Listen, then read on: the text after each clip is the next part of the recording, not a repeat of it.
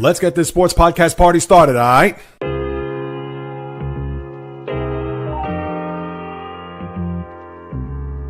The JAYREELZ podcast. Why don't you wait until July 1st to make an announcement? What a disgrace.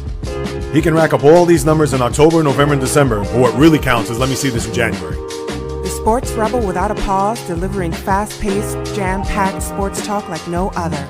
Listen, I gotta call it as I see it. He is not a good player. I'm sick and tired of having to deal with the disappointment of this franchise. When does it stop? And yes, another winter that I can sleep in peace. Coming correct, direct, and in full effect. Let's get it. This is the JAYREELZ podcast. Welcome aboard.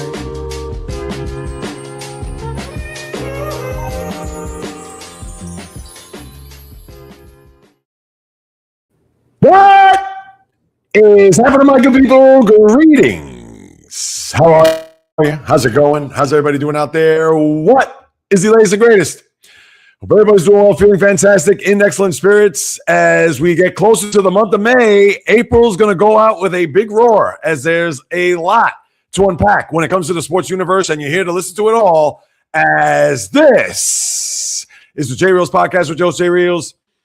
For my first timers, welcome aboard. And for those who've been banging with me going back to the very beginning, somewhere in the middle, or even as early as last Monday, I welcome you guys and gals back because, of course, this past Thursday, we did not have a podcast. I was at the offices of Bleacher Report, House of Highlights, where you'll be kept posted. I don't know when they're going to release it. I did a couple of videos there. One, a fan versus haters. The other, a last man standing. I was not the last man standing. I was actually ended up third. But we could talk about that some other time. Definitely a lot to get into when it comes to that. But with the podcast and with what we got going on, there is plenty, and I mean plenty, to unpack. And I could go in 100 different directions today. And that's what's the beauty about doing this type of format and this type of show today. Because, yes, if I was an NFL guy, which I am, but let's say if this was an NFL podcast, we already know what the discussion would be about.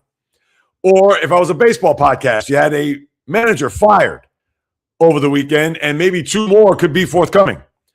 That would be the subject line. If I had a tennis podcast, we found out over the last few days that there is a big-time tennis player on the men's side that is not going to participate in the French Open there come next month. That I'll save for later on. We have the Stanley Cup playoffs getting to the latter part of round one. We already had a couple of sweeps. In fact, this has been pretty much a lackluster first round, which I will get to unpack and discover whether or not that we're going to have a very good end to this first round before we get to the end of the week. That I will talk about later. And for those who have comments, questions, whatever, please don't feel shy. Go ahead, leave them in there. I'm going to get to your comments in the next hour as I'll go through my stream of consciousness to talk about what's happening in sports.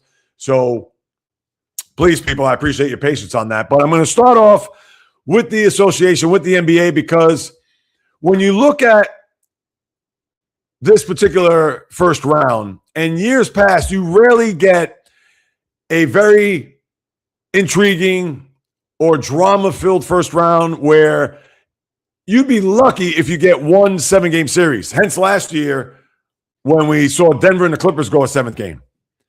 Usually the first round, it's sweeps, it's 5-game series. You may get a 6-game series, but that's it.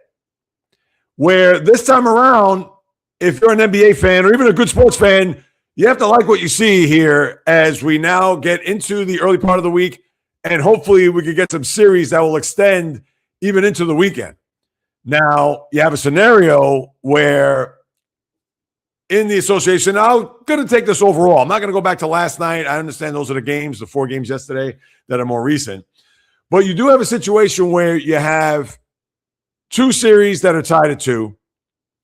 Another series that's 3-1, and it looks like that could be it for one team. But because of a big injury, we could see that team maybe coming back and making it a series. You also have another team that's a 1 seed that is in desperation mode, as I have a game 4 in Orlando tonight. And maybe I should start there to go east all the way to the west. And when you look at the Detroit Pistons, I know you got to be shaking your head, scratching your head, maybe even you're banging your head against the wall, because this team has really underachieved here in this opening round series against the Magic.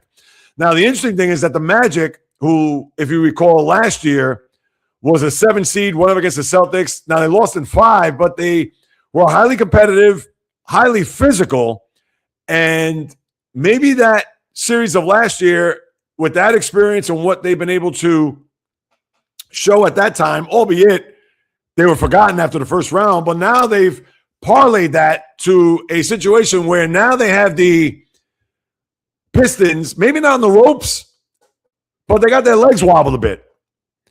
And to me, this is more of an indictment on the Pistons. I hate to say it that way, only because they are 1 seed.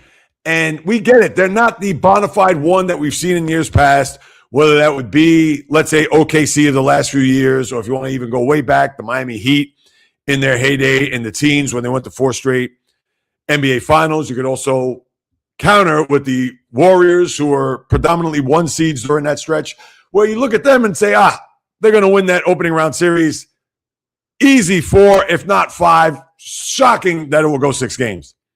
And now you have a situation where the Pistons, who, although had a rugged first round against the Knicks last year and were unable to win a home game, if you recall, they lost games 3, 4, and 6 in their building, to where they went off into the spring and summer meekly. And now you have a situation where it is do or die for them tonight. Now, could they come back from a 3-1 deficit? They could. But what have you seen from this team so far in this opening round that's going to make you think that, oh, yeah, I think it's a lock that they'll either win tonight, or even if they're down 3-1, they'll win the series. Now, I feel like they're going to win the series. I think they're going to bounce back and win the night. I'd be shocked if they don't. I really would. And that's not an indictment on Orlando by any stretch, but here it is. This is a team that, with Cade Cunningham coming back from the collapse lung, as you know, or not collapse, I take that back. He had the, well, did he have? Yes, he did. Had the collapse lung issue, and he's not the problem. The big problem is their second best player, Jalen Duren. Earth to their second best player. Can somebody remind them that the playoffs have begun? Because here it is, 3 games in the win there in game 2, he scored 11 points. All right, big whoop. But what about in the losses? He's averaged 8 points a game in those 2 losses, and overall in the series, he's averaged 9 points a game.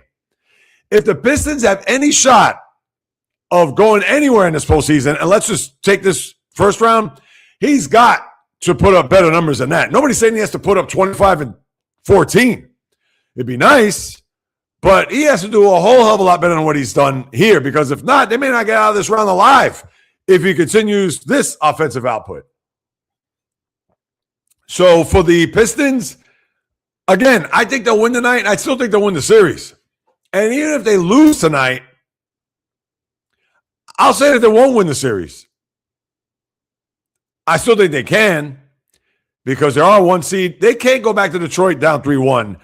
If they do, obviously all the pressure on the world is going to be squared on them. And I think you could even look at, if they go back to Orlando down 3-2, and yes, you could say, the pressure's on Orlando because they have to win at home. They don't want to get on a plane to go back to Detroit. Yes, you could say that too. But then, even with them getting the momentum to play a Game 7 in the building, we've already seen Orlando win in Detroit. So it's not a formality that the Pistons are going to get out of the series alive, whether tied at 2 or at worst down 3-1. So that's series number 1. Number 2 are the Knicks, and they've been a shock.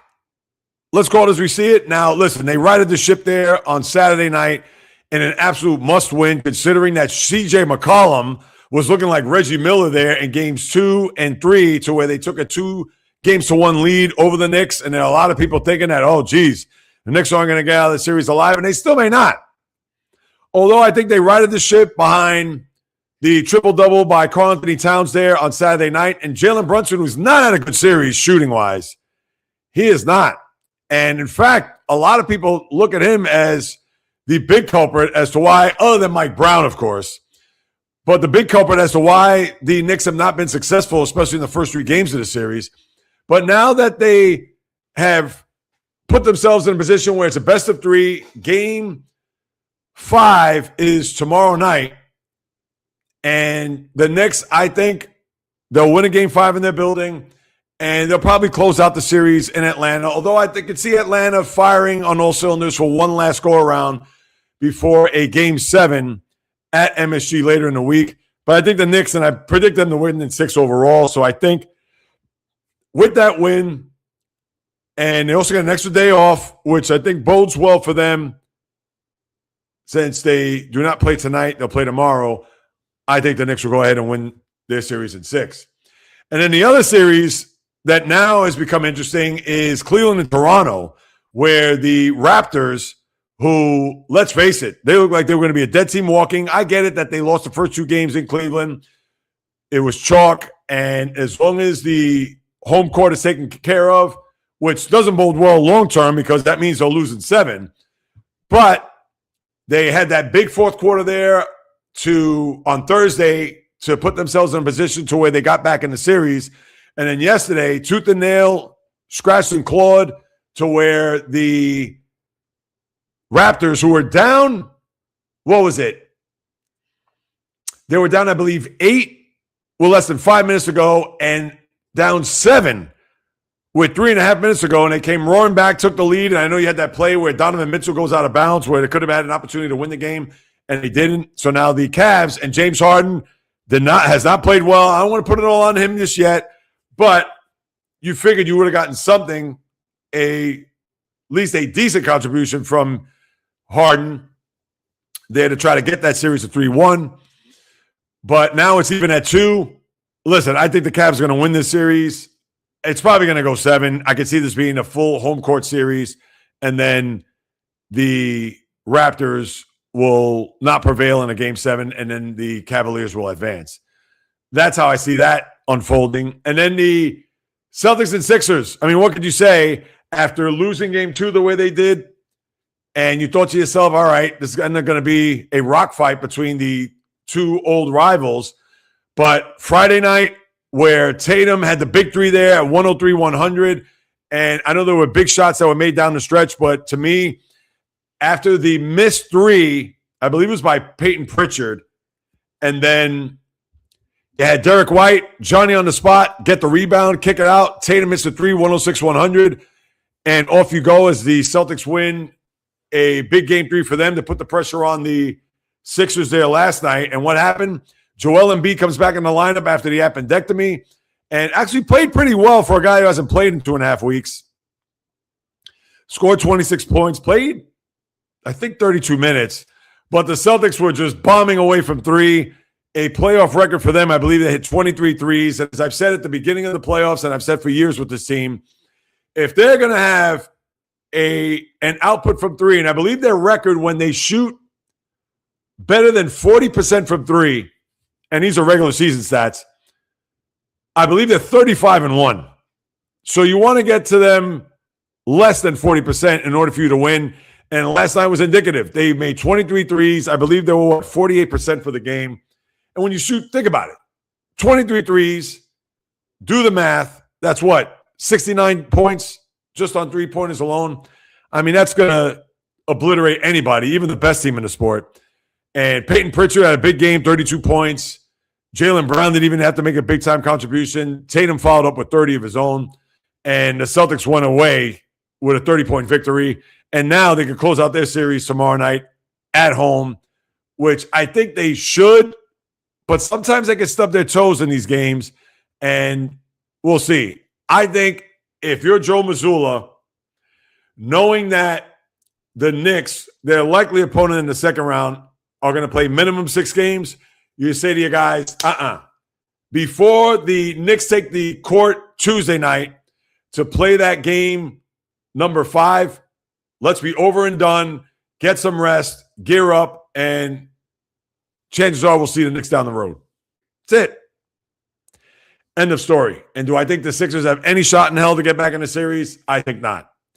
And by getting back in the series, they would have to be up by 20 points in the fourth quarter, game 6 in their building. And I don't see that happening. So that's with the East. Out West, do I even need to get into the OKC Phoenix series? That game is tonight. OKC could go for the sweep. I know that Devin Booker has said some things in regards to the refs, the officials. Listen, even if they brought back Tom Chambers, Charles Barkley circa 1993, Steve Nash, Omari Stoudemire, they're not winning this series. And they're going to get swept. And even if they have the respectable game, meaning that they show up with some toughness, some pride, and win the game, they're not winning a Game 5 in OKC. Which could be said about the Rockets last night because that's what they did. They had a game for their pride. I understand they lost in overtime on Friday night to where Ime Udoka blasted his team, and maybe that helped. No Kevin Durant again. Now, the funny thing about Durant is that he started this postseason with a right knee contusion, and then now it's his ankle. So I don't know if that was suffered during the Game 3, or excuse me, the Game 2 loss where he had 22 first-half points and he only scored 3 in the second half. Maybe that injury was sustained at that time.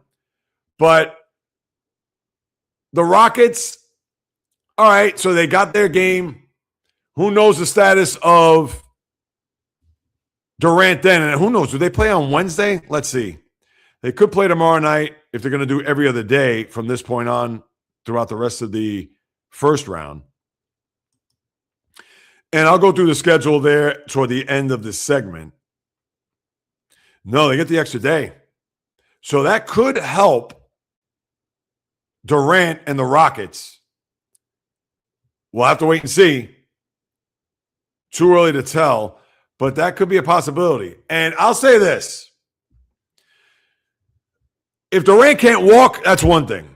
But he's got the extra day. He hasn't played now since Game 2, so he's going to have a week off. He's got to at least make an attempt in this game Wednesday night, don't you think? We understand the legacy, and I've talked about it till I'm blue in the face as far as post-Warriors, and we know he's an all-time great, yada, yada. And again, I'm not even going to go there.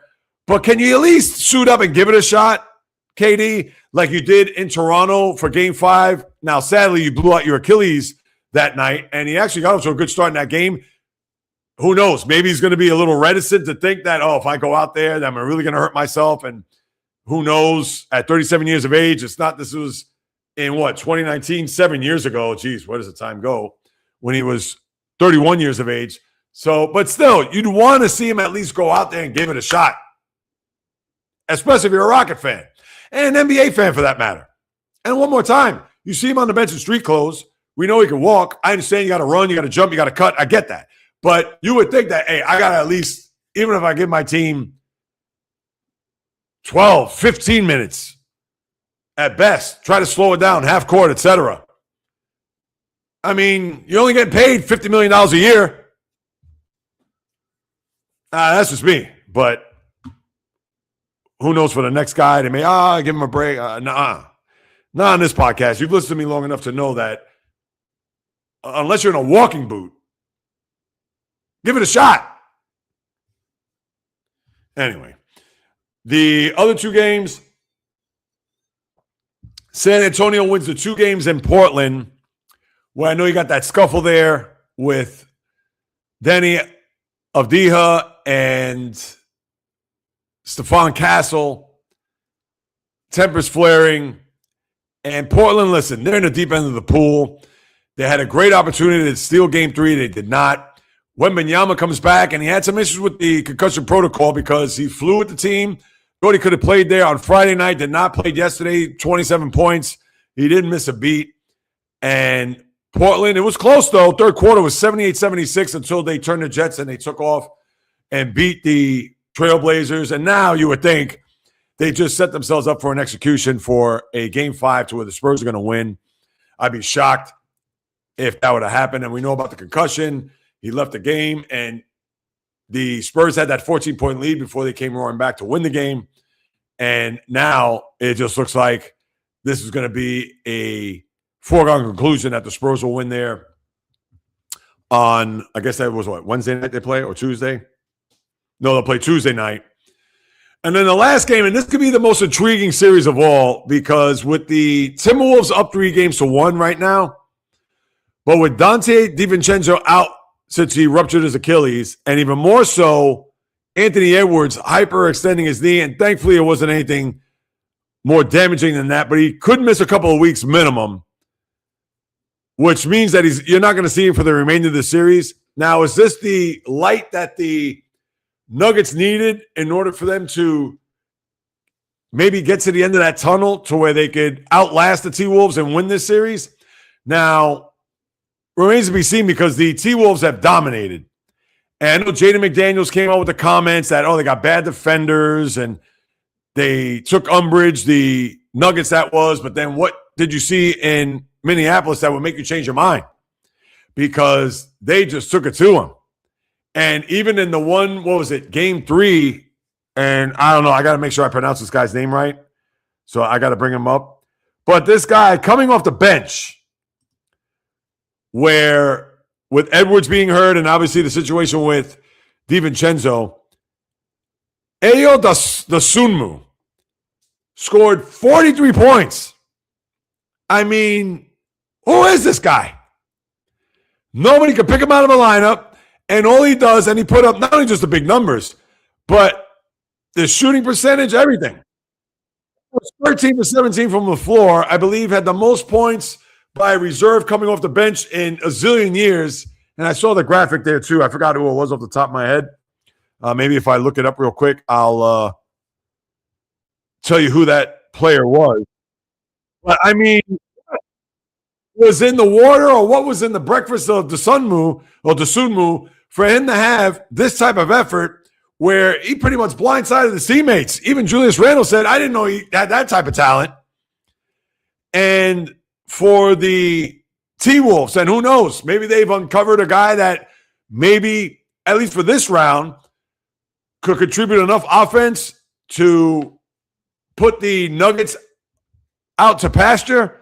But, man, and Nikola Jokic has not had good games here for his level of play. And obviously a lot of scuffles between he and Edwards. He and McDaniels there toward the end of that game. No love lost between these two teams as they faced one another a couple of years ago in the conference semis and know each other like a book. Yes, I'm trying to see who that person was. Yeah, I don't see it here. But the Sunmu had, again, a game for the ages and one that who knows if he's ever going to playoff or in the regular season for the remainder of his career. But, I mean, look at these numbers. He was 13 for 17, and I believe from 3, he was what? 5 for 5, made all of his free throws, and, yeah, played 42 minutes, and he scored 43 points. And if that's going to be the guy that's going to take over, then it may be curtains for the T-Wolves. For the Nuggets. But I'll say this. I think the Nuggets are going to get back in the series. They've been frustrated, aggravated, you name it. And I could see Nikola Jokic going back to doing Nikola Jokic type things. I don't know if the Sunmu, I'm sure they had no tape on this guy. Well, now they do. So they could certainly see what he was able to do against that Nugget defense. I don't know Aaron Gordon. That's going to hurt you too. He's always hurt. Who knows if he comes back? And obviously he's a big force in that lineup, more defensively than offensively. But obviously we know he can contribute offensively as well. But that was a lost trip there for the Nuggets in the Twin Cities. And I still think they'll not only come back to win a Game 5, I think they can win a Game 6. Without Edwards, now if the Sunmu's going to be a carbon copy of what he did there on Saturday, then forget about it. I mean, might as well just close out the series. But I think the Nuggets are going to be heard from, and I would not be surprised if it goes 7 games. And I'll just leave it at that. I think the team was going to win the series. I mean, come on, they're up 3-1 and have home court, so they could get blown out 150 to 49. Yeah, that's right. I said it. They could lose by 101. They're still going back home, and they could close out the series there in their building. But I still think that the Nuggets still have enough gas in their tank, and I think they'll come back. Not only win Game 5, but I think they'll win Game 6 too. And Game 7, as you all know, is a toss-up. So that is your NBA first round in a nutshell. Now, let me see. Is there anything else? Taylor Jenkins is now your new Milwaukee Buck head coach, which I think was a very wise move on their part. Jenkins, the former Memphis Grizzly coach, who was let go there last year. More so, it was after the All-Star break. Is it all his fault? Absolutely not.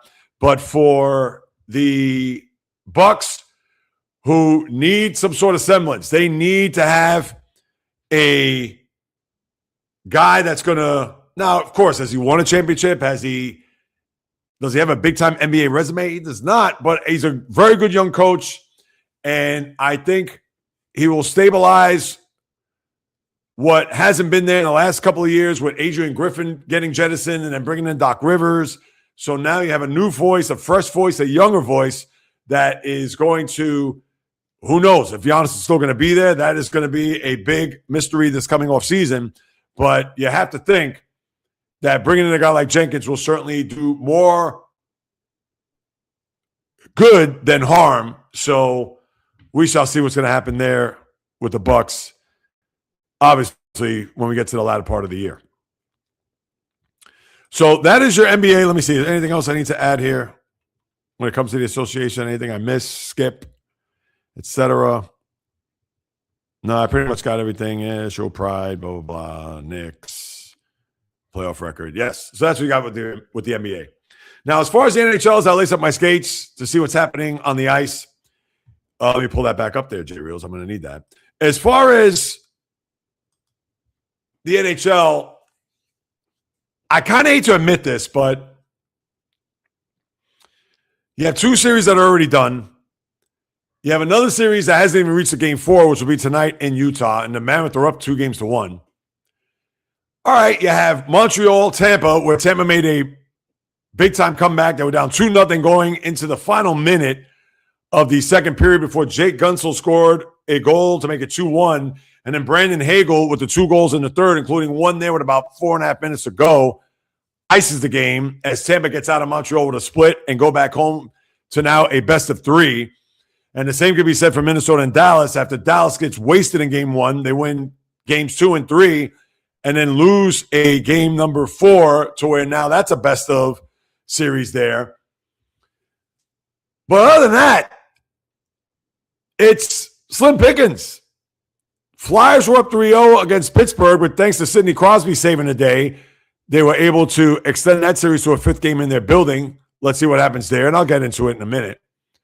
You have now Anaheim with Edmonton on the ropes, and Edmonton's just been a defensive disaster. They had to take out Connor Ingram, their goalie who started the first 3 games. They bring in Tristan Jarry. Oh, by the way, I thought the reason why you brought in Jarry was because you want to have him in the postseason and for moments like this, unlike Connor Ingram.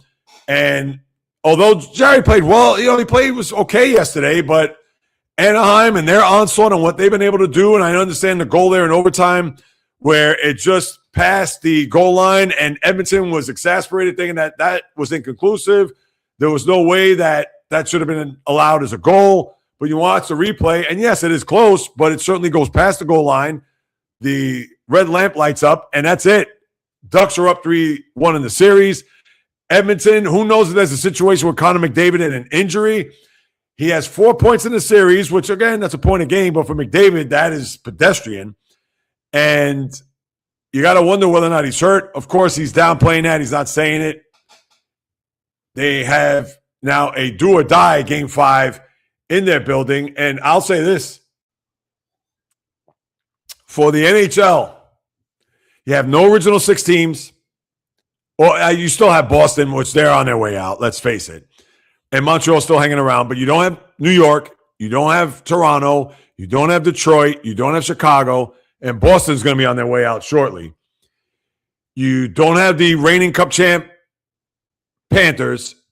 And right now, it looks like you're not going to have Connor McDavid, the game's biggest star, maybe out as early as midweek. And again, if you're a hockey fan, you're going to be wrapped up in it. You're going to be following what's going to happen here throughout the rest of this postseason. But that would be an enormous hit for the sport. No other way to slice it. And not only that, but you also get the biggest threat probably to a cup where a Canadian team has not won a Stanley Cup in forever. Going back to Montreal, who will be the last team standing when you think about it, because no Vancouver, no Calgary. Edmonton is already out to sea, but who knows how far. Anaheim obviously has a say to that. You don't have the Maple Leafs. Canadians are 2-2. You may have them, but for how long, who knows? And yeah, I mean, that's been your series. And then you have Boston Buffalo. Let's get to that. Where, let's face it, should it be 2-2? I'm not going to go as far as saying that, despite the fact that the Bruins had a 2-0 lead there with about 8 minutes to go in game number 1. But they did win game 2, and they come home and they could barely score. Last time was a complete embarrassment where they were down 6-0 before they tacked on a meaningless goal there late. Jeremy Swayman, to the chagrin of his teammates, calling them out and saying how utterly embarrassing it was. And the same for the head coach, Marco Sturm, and the Bruins, who certainly far from being big and bad, looks like they're going to be shown the door here in the next day or so. And yeah, your NHL first round has been, let's call as we see it, very lackluster. And usually it's the other way around. The NBA, because of the 1-8 and 2-7 matchups where they're dominant, and yeah, you could get a 3-6 or 4-5 go deep in the first round to where you may get a 6 or 7 game series, or maybe even 2 for that matter. Well, the NHL, right now, you may get 1 game 7 if we're lucky. Maybe 2. We'll see what happens there with the Minnesota Dallas and Montreal Tampa. But it has been a brutal first round for the NHL. There's no other way to cut it. And yeah, I got to go through these schedules, which I'll do in tandem with the NHL as well. But, it has been a rough go. Listen, Ottawa gets swept. What could I talk about that series? Is there anything to discuss? I thought it was going to be Carolina in 5, and there were actually some people in the hockey circles that thought that Ottawa was going to be a bit of a threat and wouldn't have been surprised that it would have gone 7 games, let alone Ottawa upsetting. Meanwhile, Ottawa did squat in the series. And listen, Colorado and LA didn't embarrass themselves. Now, the game got out of hand there yesterday, but it was 2-1 going into the third period, and the Avalanche scored 3 goals. Put the Kings out of their misery. And, I mean, what do you say about those 2 series? Those are the 2 top teams in the sport, each in their respective conferences. And now they move on. No big whoop there. The question marks now are as follows. Does Montreal or Minnesota, do they win 1 road game and take care of their home games in order for them to advance?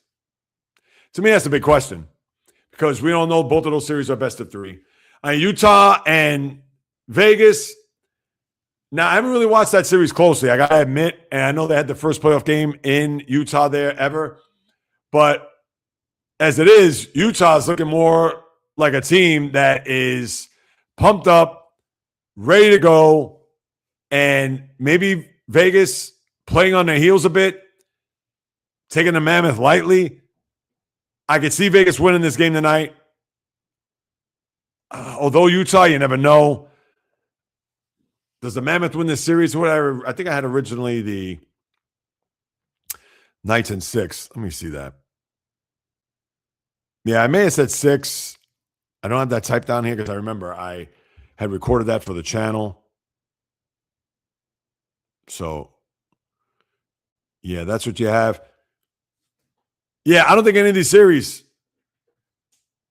And think about this. It's funny as I look at my little notes here.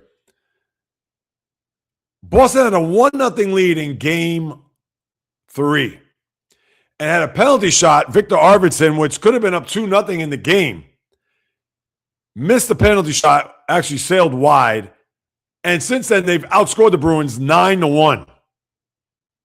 So I don't want to say that was a bad omen by him missing that penalty shot, but who knows how that game would have gone, and maybe the series for that matter, if Arvidsson was able to deliver there on that penalty shot. So, but we'll never know. Now, yeah, we talked about the Avs. I know this is the end for Anze Kopitar, the longtime King, won 2 Stanley Cups, goes off into retirement. And the Kings, you wonder what they're going to do this offseason to try to, I'll just say, retool this team to get them to a point where they could at least get past the first round. We know they faced Edmonton in all these first rounds here, especially over the last couple, and they weren't able to get out alive. Obviously, this series was the same. But, yeah, other than that, I mean, you don't really have much to draw from. You could only hope that in the Montreal, Tampa, and Minnesota, Dallas series that they could go 7. We'll see if Vegas can get back in the series against Utah, because if not, they're down 3-1. Do you expect Utah to spit it up? Maybe, maybe not, but hasn't been as intriguing of a first round as I thought it would be. We all know that could change at the drop of a hat, and you know that I'll be on top of that. But let's go through your schedules here, though, with the NBA and NHL. I'll start with the NHL, though. Schedule starting tonight, you have 2 games. Philly at Pittsburgh, 7 o'clock ESPN, followed by Vegas at Utah at 9:30. Then tomorrow, Boston at Buffalo, TNT. Minnesota at Dallas, that's on ESPN2. And then Anaheim at Edmonton rounds out the TNT True TV coverage there as Edmonton tries to stay alive. And then on Wednesday, Utah at Vegas, Montreal, Tampa, Pittsburgh at Philly. And then for good measure, Edmonton at Anaheim Game 6 on Thursday, as well as Dallas at Minnesota. So that is your NHL schedule for the week. And the NBA, tonight, Detroit at Orlando, big-time matchup, big time as the Pistons need to step up. OKC Phoenix, you know how I feel about that series. Minnesota at Denver as they try to hang on and stay alive, which I think they will. Tomorrow, Philly at Boston on ESPN, 7 o'clock. Atlanta at New York on NBC and Peacock. And then Portland at San Antonio, 9:30 ESPN. And then Wednesday, Orlando at Detroit, Prime Video. Toronto at Cleveland, ESPN. Houston at LA, ESPN at 10 o'clock. And then 9:30 is Phoenix at Oklahoma City, if necessary. And then Thursday, you'll have San Antonio and Portland, New York at Atlanta, Denver at Minnesota, and Boston at Philly, if necessary. So that is your NHL. Just checking to see if there's anything else that I missed. No, that's it. All right. So I've thought about what should I talk about next. Should I get into the NFL draft? Nah, let's wait on that. I'm going to go right to the baseball as I get to the batter's box. And here's what we got, people. The big story of the weekend was Alex Cora getting fired by the Red Sox. And a lot of reports have come out over the last 2 days where Craig Breslow, the GM of the team, not only fired Cora on Saturday, but he also fired 5 of his coaching staff in the process, to where the players, in particular Trevor Story, had come out to say, what direction is this team going to go? I had the utmost respect and admiration for these guys and thought they were some of the best in the game. And then now that's it, over and out. And I got news for you.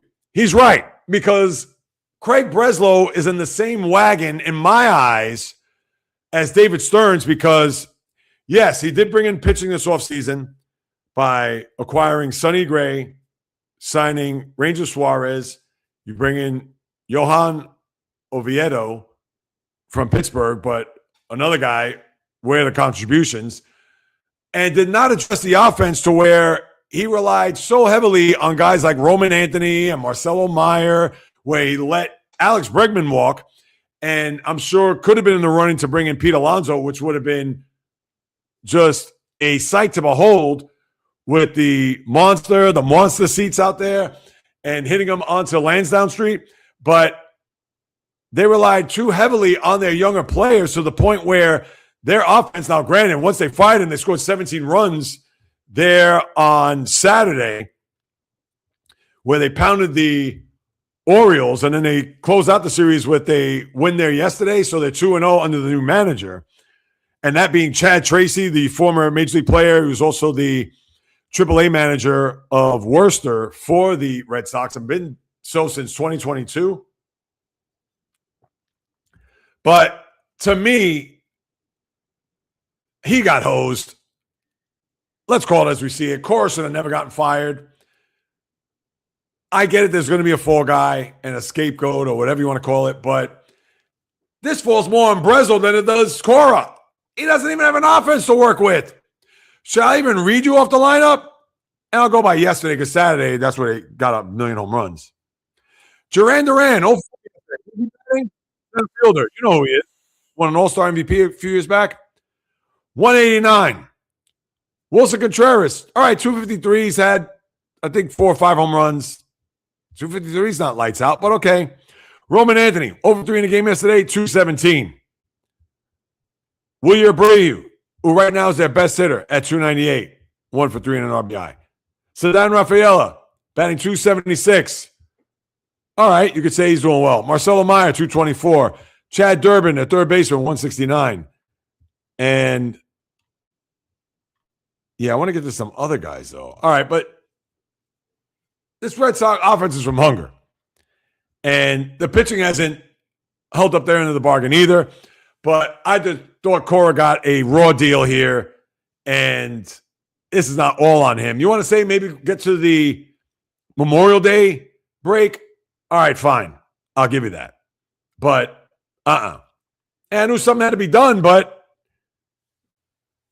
again, I thought it was just premature. That leads us to the Mets, which obviously have been the hot-button topic here for weeks now, the 12-game losing streak. They did win 2 in a row at home against Minnesota, the back end of that start of the homestand.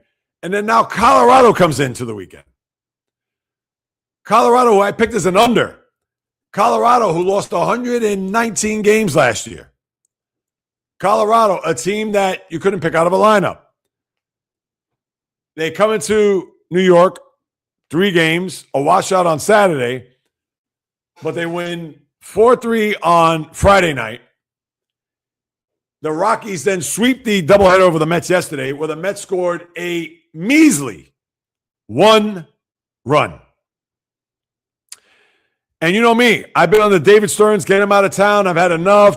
Theo Nathaniel Epstein, which obviously is not going to happen anytime soon. It's just a pipe dream. But after that performance, and I posted yesterday, and I don't think anything's going to happen. Let me see. Has there been a report yet?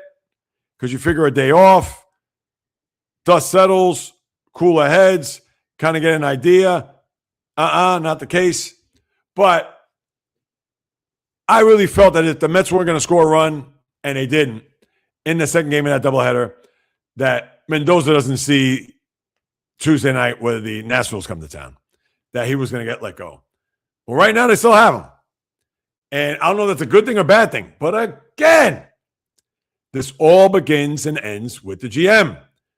The roster configuration, the run production with defense. We know how atrocious that is. You could talk about Edwin Diaz not re-signing him or Pete Alonso, whatever. Get all that. But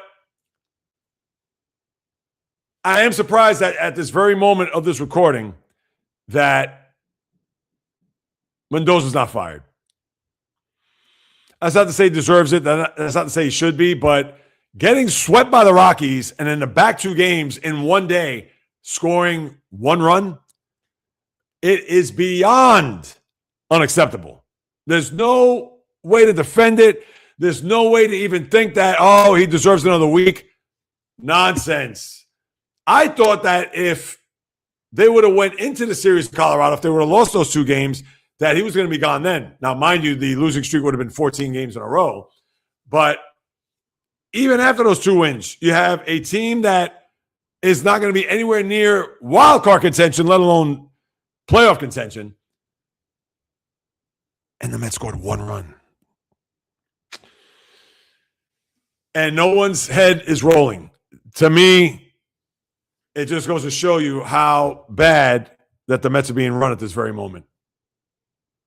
That's the only way I can equate it to.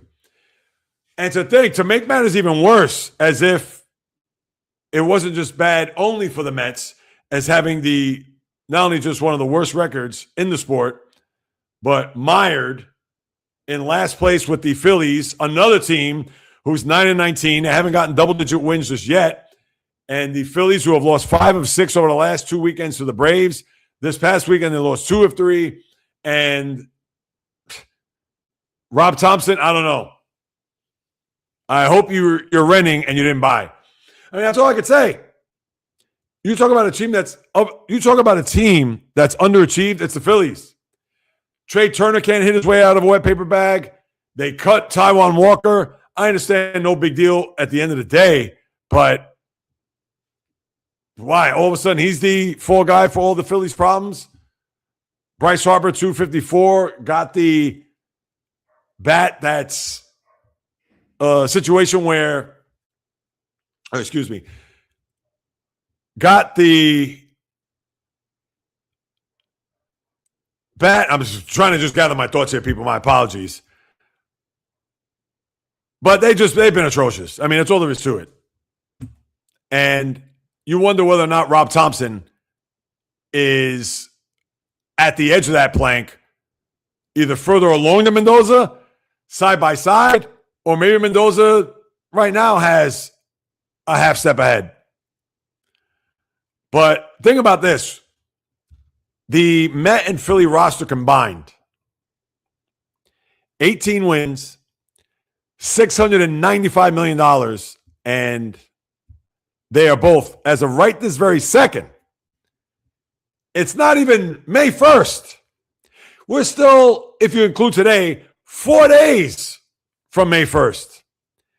And both the Mets and Phillies are 10 back in the loss and 10.5 overall. In fact, the Braves have the biggest distance and the best record in the sport, I might add. Biggest distance for any division leader. Athletics 1 game over Texas. Detroit and Cleveland are tied.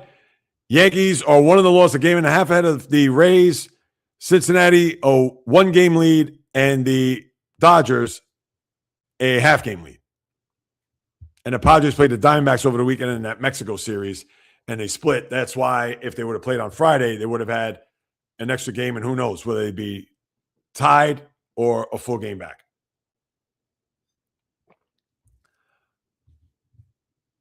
And as we go through it, because, and listen, I'll say this. Who's going to get fired first? I don't believe Mendoza should. But right now, after that performance, and look, and they got the Nationals coming in. So this would be more of a layup to bring in the next manager now and have him go up against the national team, who I can't even say, as much as I can laugh and say, oh, the Nationals are coming to town. Nationals have a way better record than the Mets, and they're 3 games under 500. I tell you. I don't even know what to say. But anyway, as I go through the sport, is there any other big news happenings? Yeah, we talked about Story. Yeah, we talked about Breslow's call. And I see the Yankees are calling up Jason Dominguez. All right, so you got that going on. But here's the thing. When we look throughout baseball now, as we're a month into the season officially, here's what you got. And I'll go from AL East on down. Yankees, as I mentioned, they have a 1.5 game lead. Now, they lost to the Astros yesterday after winning 8 in a row. I know all the Yankee fans were up in arms and, hey, well, look at this. And great, we've won 8 in a row. And the rematch with the Dodgers is imminent. And nonsense. Get back to me when you play better teams. Because when you sweep the Royals, who are 11-17, and the Red Sox, who are 11-17, and even with the Astros winning yesterday, 11-18, do the math. that is 33-52. So if the Yankee fan can puff their chest out and say, well, hey, you can only beat the teams that are in front of you. And yeah, you're right about that. But can you beat some teams that are at least out of last place? Can we start there? And that's why I laugh at the Yankee fan. And they want to laugh at the Mets and they want to troll the Mets. Look at the Mets. They're 12 in a row and last place and 9-19. And look at us. We're 18-10. Let's get the parade route ready. And let's start printing up these World Series tickets. And we're running it back. And we still got Cole coming back and Carlos Rodon and Stanton's on the IL again, by the way. And this, that, the third. Ben Rice. Hey, the Yankees. We don't need anybody else. We're going to be flying high, whatever. And who knows? They're going to probably have another cakewalk through an American League because the American League is weak as hell, as we know. I mean, look at who the first place teams are. I'll give you the Tigers and the Guardians. They're always there. But the Athletics, they're in first place. What happened to Seattle this year? It's going to be another cakewalk until they get to a buzzsaw, whether that is the Dodgers, whether that is, dare I even say, Atlanta. Please. Until the Yankees play teams of some note. And one more time. If it wasn't for Jordan Romano 2 weeks ago when the Angels were at Yankee Stadium, they would have been in the midst of a 9-game losing streak prior to them facing the Royals. So for the Yankee fan that's puffing their chest out, pipe down. So that's number one. And by the way, the Rays, the team behind them, you got swept by them in Tampa. So number two, pipe down. Yeah, Orioles, they can't get out of their own way. Same for the Blue Jays. I know with their injuries, but at least the Blue Jays here, they got the back 2 games against the Guardians, and they have the Red Sox coming to town, so we'll see what happens there. Athletics, listen, they can hit. They can't really pitch. The game up on Texas, Seattle. All right, listen, I'll give Seattle some credit here because they did sweep the Cardinals, and hopefully maybe this will get them on track and find their way. But the West is right now up for grabs. You would think Seattle's going to take over when it's all said and done. Then you have the Braves, 6.5 games lead over the Marlins, like I mentioned. Nationals, Phillies, Mets. Yes, we talked about that. Brewers have come crashing down. And the Cardinals, too, as we talk about, as they got swept. But Reds are 18-10, Cubs 17-11. And they just finished having a 10-game winning streak in their own right before losing to the Dodgers, the back two in L.A. So the Cubs got cooled off there a little bit. But Pirates is 16-12. And Cardinals and Brewers, both teams still over 500. And in fact, that whole division's over 500. And then you have the Dodgers, a half game over the Padres, who had that Mexico series where they split. Then you have the Diamondbacks, who are still playing pretty well. Giants and Rockies, they're world beaters right now. And the Rockies sweeping the Mets. I still can't. But that's your baseball right now. And as far as your schedule for the early part of the week, Tampa at Cleveland, St. Louis at Pittsburgh, Boston at Toronto, Angels in Chicago to play the White Sox, Seattle, Minnesota, Yankees at Texas, Chicago, San Diego, Miami at LA to play the Dodgers. And let me think for a second. No, I think that's it. I thought I was going to come up with something, but I might as well not. Let me see. Then you got Houston at Baltimore, Mets hosting Washington, as you know. I want to make sure I got all the series. San Francisco at Philadelphia, Kansas City at the Athletics. Yeah, those are the Arizona at Milwaukee. So that's the remainder of your schedule. Detroit at Atlanta. All right, first place there. So, yeah, so that's your baseball. And then on to the NFL as I lace up the cleats. And for those who have comments, don't worry, I'll get to them there in the next let's see. Yeah, I'll get to them about 11:40. So if you can hang tight, I'd appreciate it as we move it along here. Now, here's what I'm going to say about the NFL draft. As I put on the helmet and shoulder pads, we'll go through it. A big-time reception out in Pittsburgh. They set the record. They had, over 800,000 people attend. The first night had 350,000. Almost looked like they were at a Live Aid concert.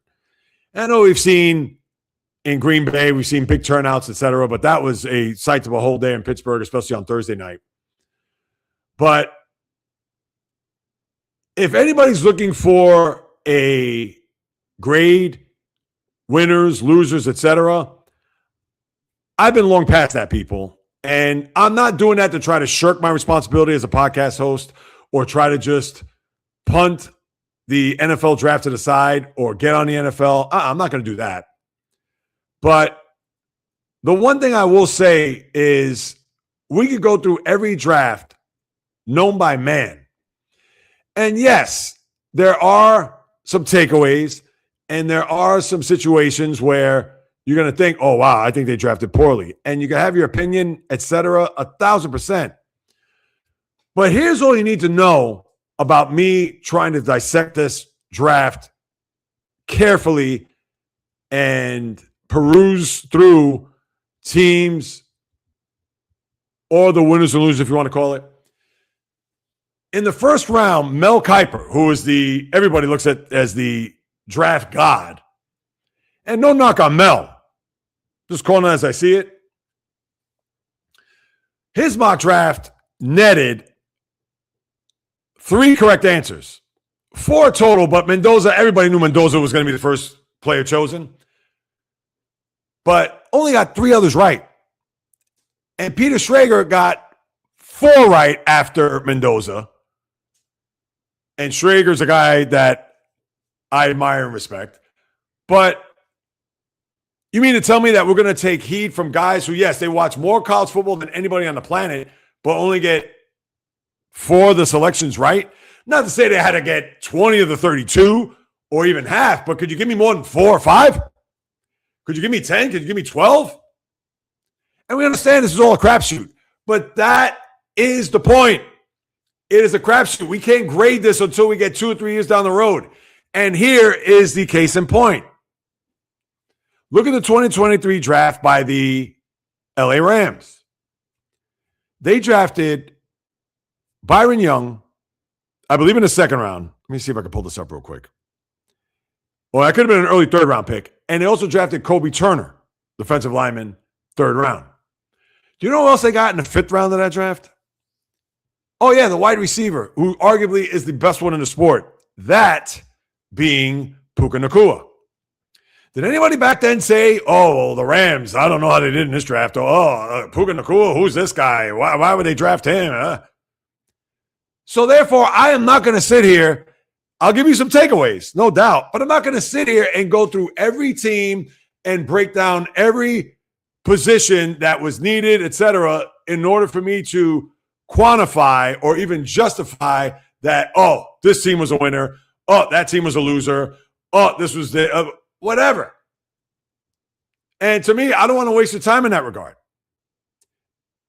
But with that being said, there are some things that I want to discuss. My team, of course, but when we take a look, and I just want to make sure I at least have the first round here up. But the NFL, we could look at the reach by the Chiefs at 6, taking the corner from LSU. And they moved up because remember, they had the 9th pick. They moved up there. And what do they swap? I think we're Cleveland, if I'm not mistaken. So they get the corner, and we know that the Kansas City Chiefs, who traded Trent McDuffie away, so they had to replenish that. Now, we could say it's a reach because that pick, a lot of people thought they was going to go in the first round, but was it going to go as high as 6? I don't think so. But they drafted a need, and they got a guy that they feel is going to deem fit for their secondary. And is he going to end up being the next D. Milner, the Alabama corner that was drafted by the Jets? And there's a case in point. When the Jets drafted D. Milner and they needed cornerback help, and they thought, oh, well, he was good in Alabama, comes from that pedigree of Nick Saban, winning championships, this, that, whatever. All right, even if he's not an all-pro, well, you think he's going to be a Pro Bowl cornerback, a steady cornerback for the next 10 years. Where's D. Milner today? So that's why you can't look at these drafts right off the bat and think that, oh, this was a slam dunk, oh, this was an A+, oh, this was an F, like Stephen A said about the Steelers, and I'll get to that in a minute. So, to me, I'm not going to look at Mansour Delane and say, oh, that was dumb. Who knows how this kid's going to turn out? Yeah, it doesn't look good on paper because it is a reach. And the same can be said about Ty Simpson, the Alabama quarterback who got drafted by the Rams, where Sean McVay was outraged, thinking that they're going to get a player that can help out for this coming year, knowing that the Rams were that close to going to the Super Bowl, and they have the next Super Bowl in SoFi, and Stafford coming back for another year, and you would have thought that, yeah, let's bring in somebody that's going to help now immediately to get us to the promised land and hopefully win another Super Bowl. But Les Snead, I went back to that 2023 draft. We saw how great that was. And maybe Simpson is a bit of a reach. Undersized. He's not Ben Roethlisberger or Josh Allen when it comes to his height and weight. But Simpson has a bit of a resume. A playoff win against Oklahoma. Maybe it's an indictment on Oklahoma's defense, but down 17-0 second quarter. Went for it on 4th and 2. They got a touchdown, and they were able to take off from there. And played well in Athens to beat Georgia on the road, to win at Auburn, to pretty much propel them to get into the playoff. I mean, you got all these scenarios where Simpson does have ability. And who knows if McVay's going to be there past next year. But Stetson Bennett, not going to be the guy that they drafted years ago who won a national championship at Georgia, or a guy like Jimmy Garoppolo, who, from what we've read here over the last few days, looks like he's going to go off into the sunset and retire. So they need to get a quarterback. They figured out, let's see if we could get our guy here. And I know Makai Lemon was a guy that a lot of people thought that a USC in their backyard, get another receiver, was the guy. Was not. So that's another storyline that you could take, or there's another takeaway from that. A lot of people didn't like the Giant draft. All right, Sonny Styles, they could have drafted there. A lot of people thought they wanted him. They took Arvell Reese. Styles was a guy that looked like it was going to be automatic. No problem. Reese, maybe a little bit more versatile, bigger, better body, but it's unknown. And with the Jets taking David Bailey, the pass rusher from Texas Tech, people said, oh, they could have gotten Arvell Reese. Well, they figured that Bailey was an automatic as far as a pass rusher, where Reese, although maybe could be multifaceted, but is a guy that, with it, who knows his motor and who knows if his body's going to break down, etc. And the Giants, yeah, all right, so they get Arvell Reese. I thought very solid pick, but they didn't like that they took the offensive tackle from Miami, where they could have gone maybe wide receiver there. I understand what's called off the board. They even actually could have taken Caleb Downs as a safety and would have ruined the plans for the Cowboys. And a lot of people think that between he and Malachi Lawrence, the Cowboys, well, they upgraded their defense and their draft exponentially. Downs, you think is a lock? Lawrence, we'll see. From DeMarcus to Malachi, they can only hope he can play as good as Dexter did when he was a member of the Cowboys. And even the Jets, for that matter. You can look at what they did by bringing in or drafting David Bailey. And they got the kid from Oregon, the tight end, there with their next pick. And that was what, 16? Let me scroll down. And they also got another pick later on, Kenyon Sadiq. Later on, they draft Omar Cooper Jr. as they made a trade to move up to get him. They also drafted Cade Klubnik, the quarterback from Clemson, who I'm not in love with, but hey. So a lot of people are going to think that the Jets did well, but we don't know. The Jets are the Jets. Now let me get to Makai Lemon, because the Steelers actually had him on the phone. And what happened? The Eagles leapfrogged them, traded with the Cowboys. And they drafted Lemon, which we all know, another worst-kept secret. A.J. Brown's going to be gone out of Philadelphia. So then the Steelers drafted the kid, and I know I'm bad with names, Max Ihinachor. Ahinachor. I think that's how you pronounce it. Arizona State, where Stephen A. Smith's coming out saying that, the Steelers got an F because they didn't move up in the draft. They didn't get the wide receiver, and they get an offensive tackle. Stephen A., you're a Steeler fan, right? Have you heard of the name Alan Faneca? Name ring a bell? How about David DeCastro? Two of those guys, and they were guards. They weren't even tackles. Those guys were drafted in the first round with their first pick. Faneca is only a Hall of Famer, and DeCastro's a 3-time All-Pro, 2-time first team, and 1-time second team. So I would say very good career, DeCastro, and Hall of Fame career for Faneca, and won a Super Bowl in 2005. And listen, I understand you also have guys like Jermaine Stevens in 96, who, nowhere to be found.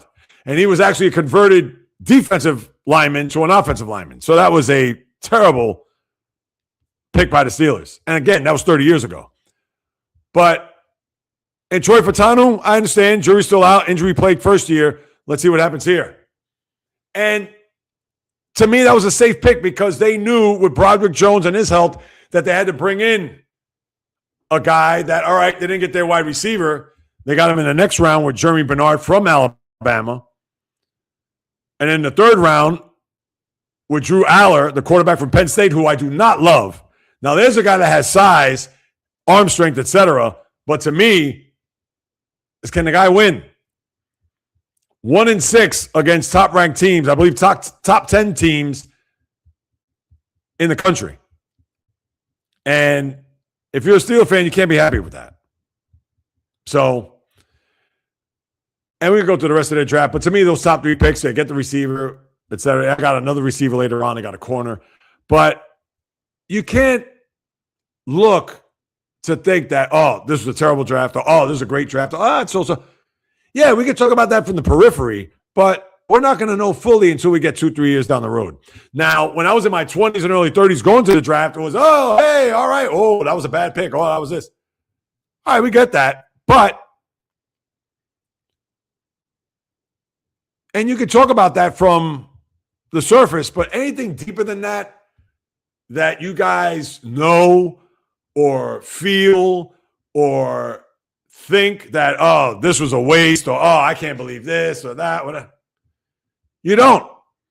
Because as I said a few minutes ago, if Mel Kiper, and I'm just going to shout him out, if Mel Kiper's a guy that knows all these players inside out, upside down, back and forth, from here to Timbuktu, and he can only get 4 of the picks on his mock draft, then what does that tell you?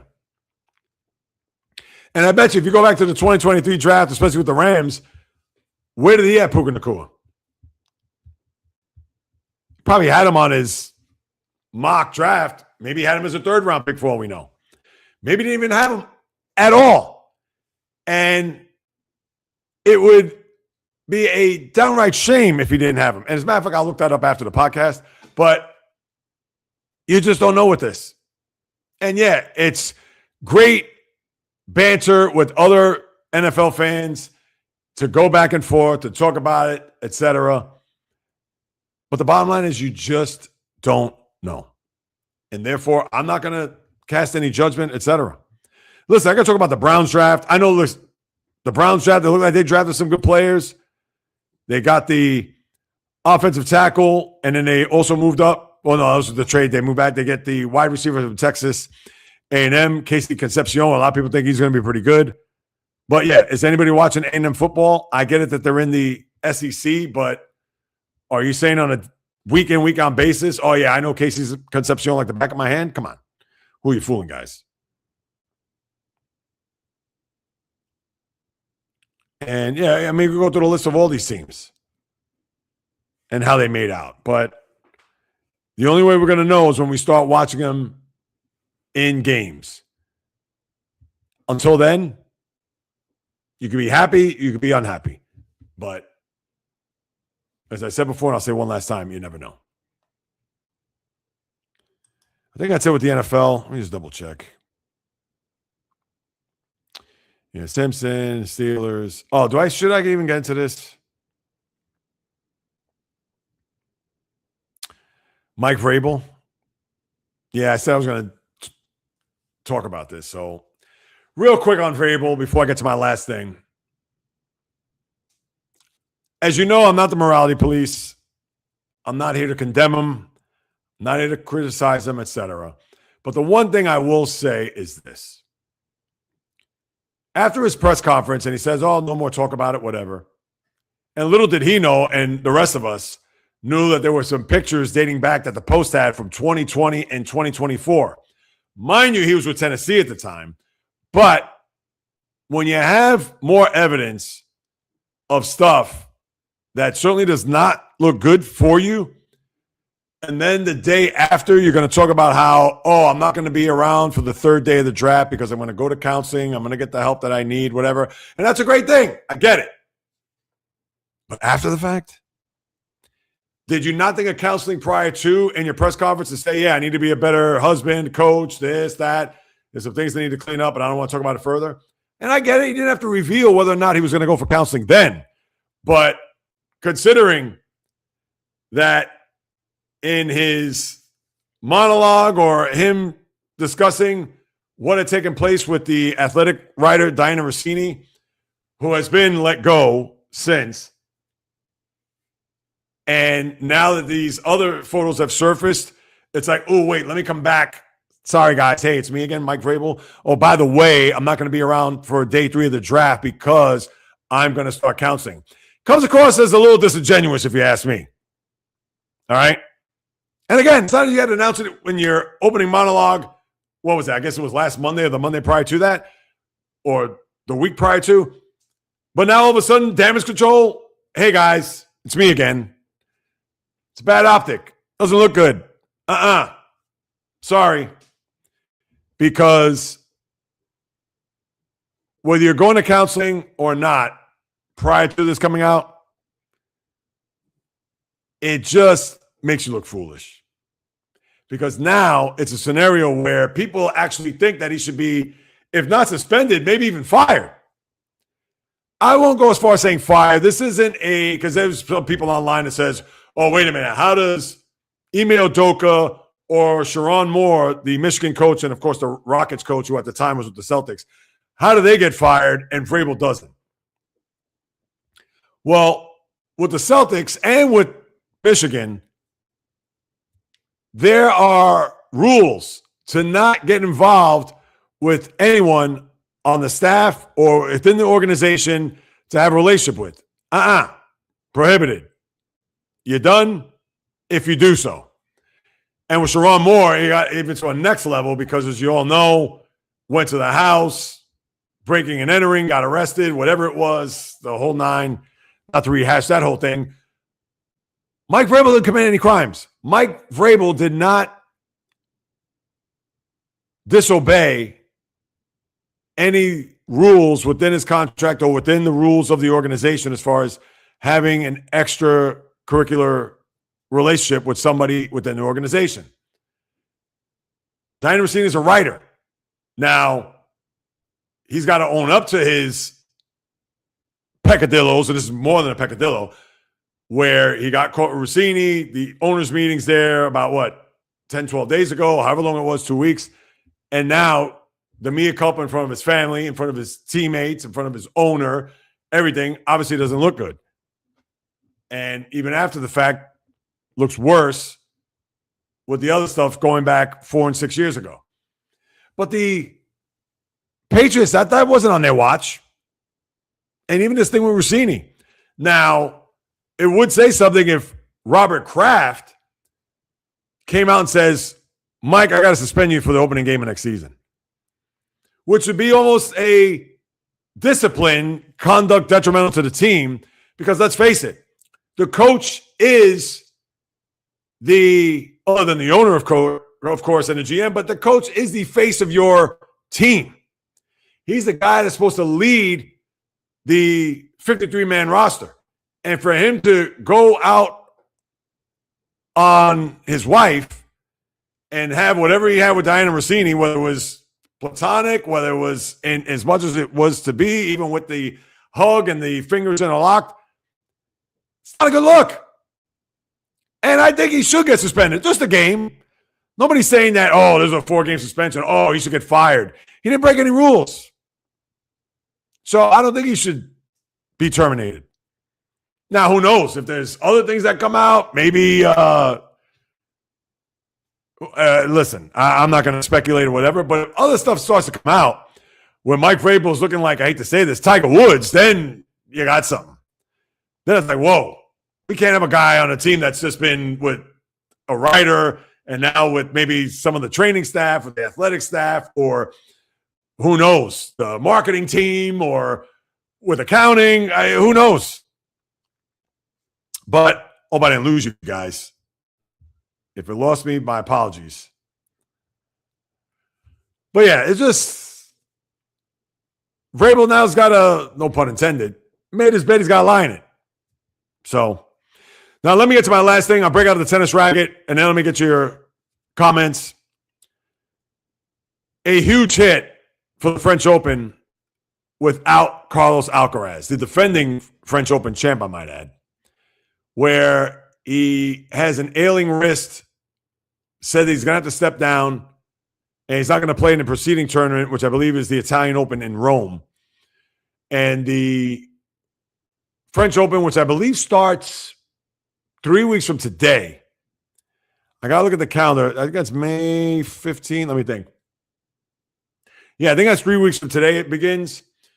And without having him there, it is it's not even a huge hit. It is a gigantic hit.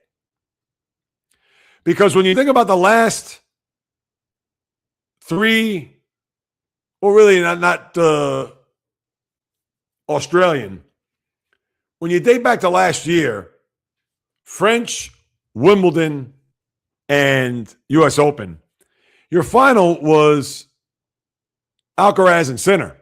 And then this year, because at the Australian, Djokovic picked off Sinner, so you had a Djokovic and Alcaraz final. I would think and I would hope that the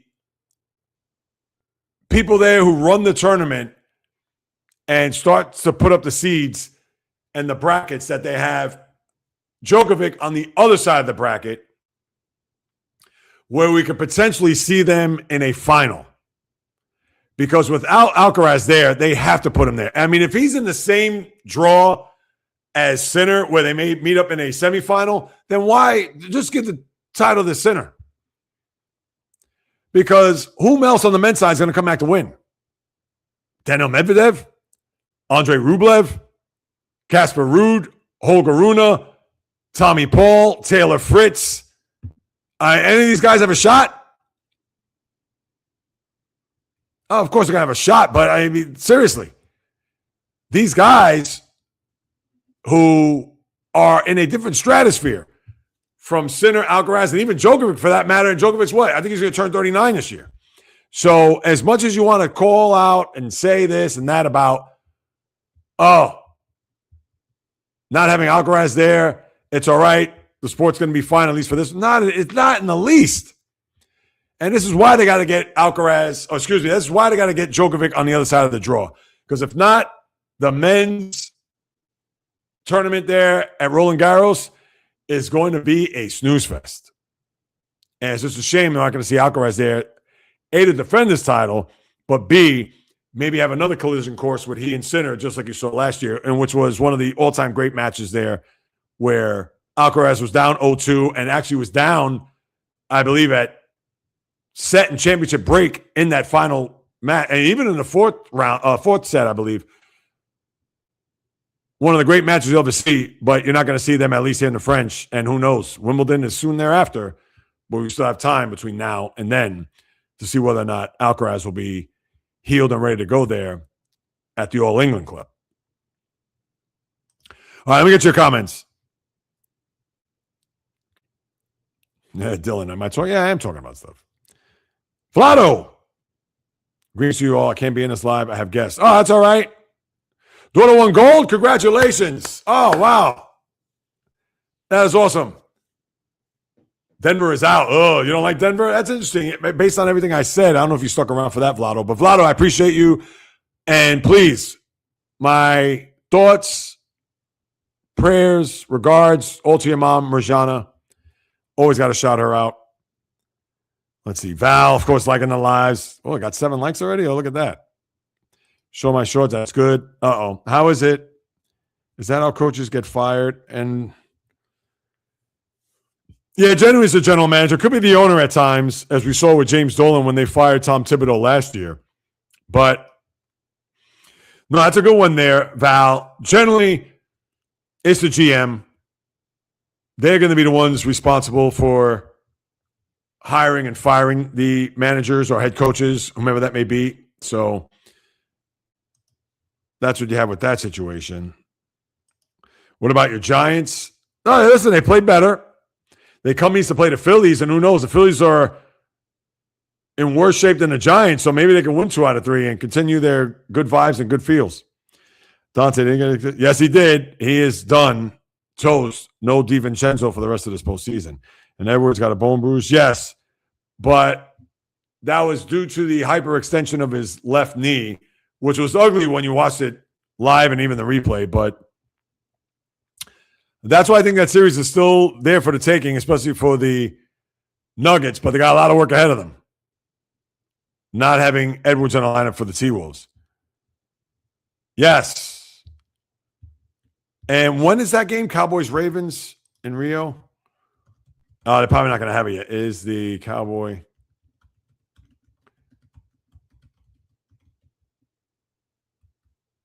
That game. Oh, they got it September 27th. As part of the NFL Week 3 schedule, this historic matchup is set up to go at 425. It'll be on CBS and Paramount. So Sunday, Week 3, and that will be Ravens. Cowboys. That's a home game for the Cowboys because remember, the NFC has the extra game this year, so therefore they could take that game and put it internationally because the Cowboys, they'll get their 8 home games regardless. So that's what you have, and they already have the game on CBS. And that's another thing. The schedule will come out in about 2 weeks, and that's going to put a stranglehold on the sports world, even in the middle of the NBA, Stanley Cup playoffs, and who knows with baseball. So, yeah, we'll keep that in mind as we move it along. Let's see. Senior VP. Well, Chris Patrick.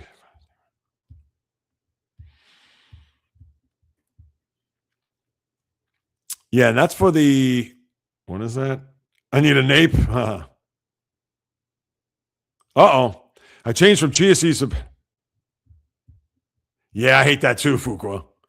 AKA Everyday Mets, Tatsuya Mai, Minnesota Fats, Cowboy Bull, Rhoda Penmark, Jonathan Shoncup, J-Rod. Is Stephen A. Smith the Steelers? Yeah, so-called. And, you know, Stephen A. Smith said something the other day which really pissed me off. Can I talk about that for a second? So Stephen A. at the end, I was fast-forwarding through First Take because Russo was on. I wanted to hear what he had to say about a couple of things. So I was fast-forwarding it to the end. And what were they talking about? Well, anyway. Oh, I know what they're talking about. They're talking about baseball and opening day. For a trivia question, because they're going to have Sports Jeopardy, I believe, on ESPN, and Joe Buck's doing it, which I guess I got to get on board for that. But for Stephen A. Smith to come out and say, I'm a modern guy, I only follow, they didn't say follow, but he goes, whatever has happened in the past 20 years, that's what I'm up on. I'm up on that stuff. Stephen A. is older than me. And I get it. He's got to be a prisoner of the moment. But this is the problem with people like him.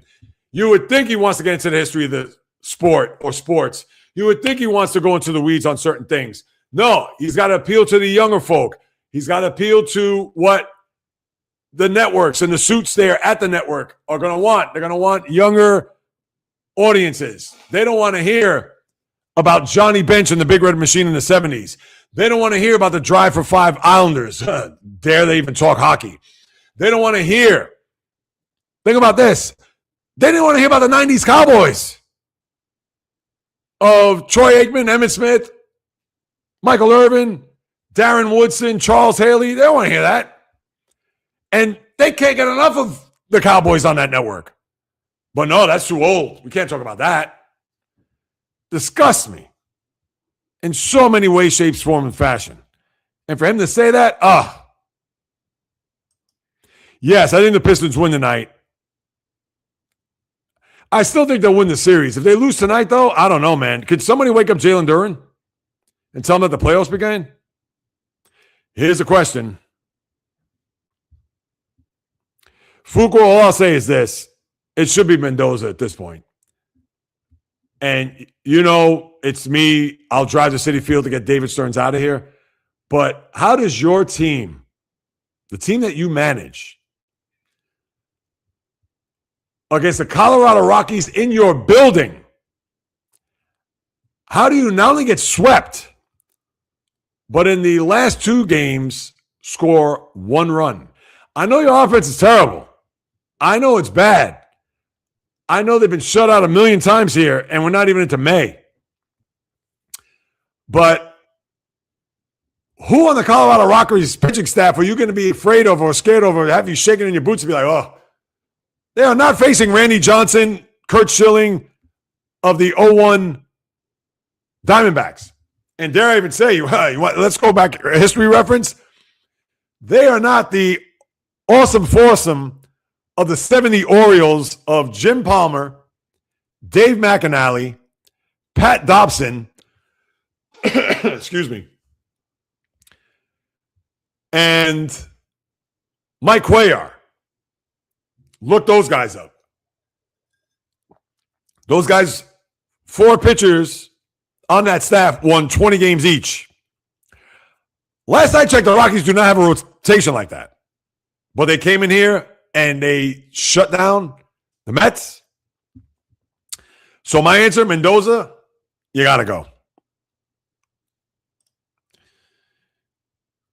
Yeah. Val thinks so. I feel like I got my butt kicked getting up at 3 a.m. Well, that's what it is. You shook out the cobwebs a little bit because it's been a while. And that's all. But now you got it out of your system. I'm sure as the weeks are forthcoming and the tournaments pop up, that you'll be back to normal. Your sleep schedule, your everything, yeah. That's it. You know, eat healthy. Little walk around the block a couple times. That should do it, right? Probably they may lose tonight. If they lose tonight, they're done. Yeah, I would probably think so. Although, and listen, Orlando's played well. You got to give it up. They played well in this series. I can see the Pistons come back 3-1, but yeah, it'd be tough. Fuqua. Jay Novacek, the tight end. No, Novacek, that was Aikman's security blanket. Alvin Harper's another guy. But good one there, Fuqua. Yeah, Novacek was a very good tight end. More of a pass catching. You know he's going to confuse him for, I'll keep it recent, Rob Gronkowski. I was going to say Kellen Winslow. And Winslow was the first of those hybrid pass catching, blocking tight ends. They don't want to talk about Leon Lett. Yeah. They're playing the Super Bowl. And on Thanksgiving, who can forget that one? Fuqua, hello, Giants. Ah, yes. Yes, he is. Is he getting fired soon? Well, if they keep up this pace, they've lost 11 of 12. I'm playing a lot of MLB 2K. Oh, yeah, J-Rod, how's that going?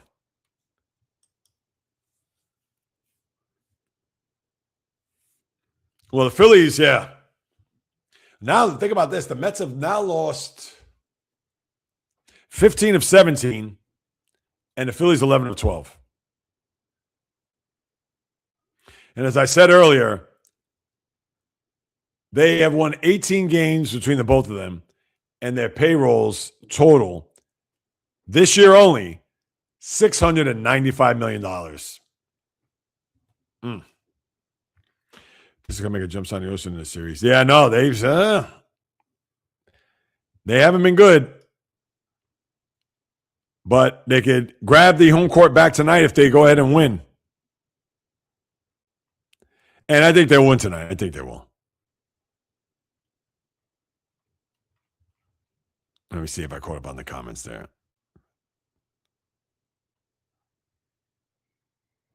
All right. Yeah, I know. Did I miss this one? Dante didn't get Achilles injury. Oh, yeah, no, he's out. Yeah, I did look at that. Yep. All right. Just want to make sure I got all your comments in. But yeah.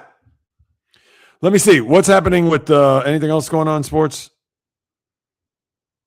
GM, Bill shut down trade interest in Coleman. Yeah, the same Keon Coleman that they threw overboard last year after hiring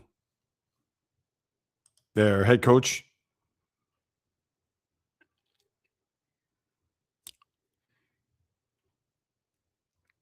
Yeah, that's it.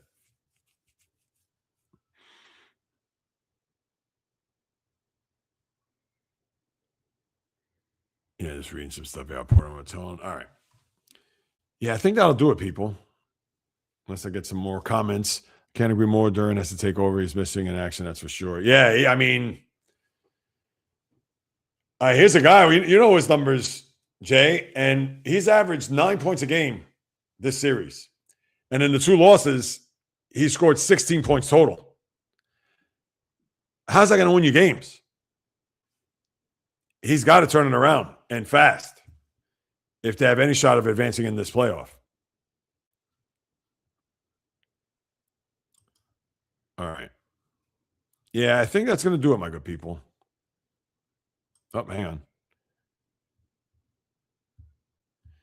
on. That is right. Yeah, because Kerr, he said to Steph Curry and Draymond in the last game, he goes, hey, I don't know what it's going to lead to, but and yeah, he doesn't have a contract past this year.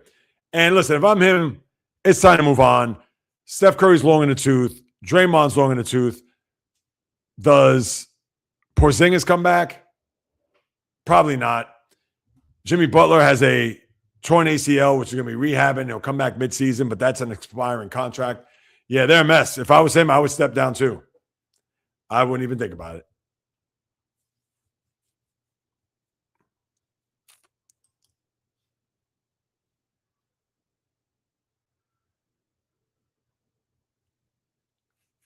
Okay. I'm just checking to see what. No. Yeah, I think that's going to do it, people. Oh, what's this? Oh, hearing they're doing with the political crowd. Oh, with Kerr. Yeah, Kerr's going to do that. Now, I don't know how much has he been beating it over the players' heads or the organization or the city, whatever. Who knows? But Warriors not sure been next. Listen, Billy Donovan's out there if you want to get him. Who else? I'm sure there's another retread that's out there that you can get. That would certainly be beneficial there by the Bay.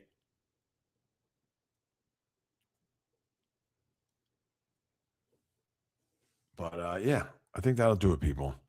All right, if you want to post some comments, please do so. I'm just going to wrap up my closing, and then whomever's got could be rage bait. Who knows? Yeah, it's possible. And yeah, it's probably not there, Val. And that's all right. Hey, listen, nothing's forever. And you had a great run there with him. So at least you have those memories to bank on and fall back on when you think about the Warriors' success over the last 12 years or so. That'll do it, my good people. Another episode just about in the books. As always, thank you so much for stopping by, carving out precious time out of your day to listen to what it is I have to say about the toy department of life called sports. And if you haven't done so, please subscribe to the channel at JAYREELZ. I would sincerely appreciate it as I try to get to 1,200 subscribers and beyond. This is true sports talk, real sports talk, none of this clickbait, rage bait garbage, as you well know. Made by a lifelong sports fan, yours truly, for you guys and gals, a sports fan. So if you're going to hop on board and hit that subscribe button, pass it on to your family, friends, foes, frenemies who like sports, love sports, got to have it, can't get enough of it. This is the channel for them, I promise. So if you could do that, as well as Subscribe on Apple Podcasts, Spotify Podcasts as well. And throw me a few stars. Write a review. I would sincerely and gratefully appreciate that. And if you want to hit me up on any of my socials, you can do so at the following: Instagram, TikTok, Facebook, the JAYREELZ Podcast, or Instagram, just JAYREELZ. Twitter, JAYREELZ1, just the number. Twitch, JAYREELZ1, just the number. Or the old-fashioned way, the JAYREELZ Podcast at gmail.com. I'll be more than happy to follow up with you guys and gals, because whether you do or do not know, this is what I love to do, people, in the blood and the DNA since birth. Talking sports unlike any other, and all these sports in one podcast. Where else are you going to get that, people? I don't know. I'm listening. Still listening. That's it. This is Sports Talk at its finest. Twice a week. A lot going on. Live streams, future guests. Stay locked into the channel, because you're going to get it all when it comes to the sports universe. And as long as I sit in front of this microphone and camera, I promise I will continue to deliver nothing but passion, fire, energy, fury, my thoughts, opinions, critiques, praise, analysis, feelings on anything and everything that happens in the world of the diamond, ice, gridiron, hardwood, golf course, racetrack, tennis court, boxing ring, octagon, you name it. From my lips to your ears, from my heart to your soul, from where I am to wherever you are, the JAYREELZ Podcast always comes live, correct, direct, and in full effect. From the South Bronx, the South Beach, the South Central, the South Pacific, and all points beyond, peace, love, and God bless everybody. And until next time on the JAYREELZ Podcast, on the flip, baby. And let's see. Yes, J-Rod, go sports. Have a wonderful day. Bio, you too. Glad you hopped on board. Glad you were with us throughout the course of this live stream. And I may do a live tomorrow night. Keep this in mind. I'll post tomorrow with guests. So I'll confirm all that by noon tomorrow. And then, of course, the live stream on Wednesday, which I'm going to have some news regarding the end of this week and even into next week when it comes to the podcast. So you want to stay tuned for that. And that'll be for Wednesday's live stream. So once again, I appreciate you all for stopping by, carving out precious time out of your day. You know how much it means to me. Goes without saying. Enjoy the rest of your Monday. And until tomorrow, everybody, peace, love, and God bless. Until then, on the flip, baby.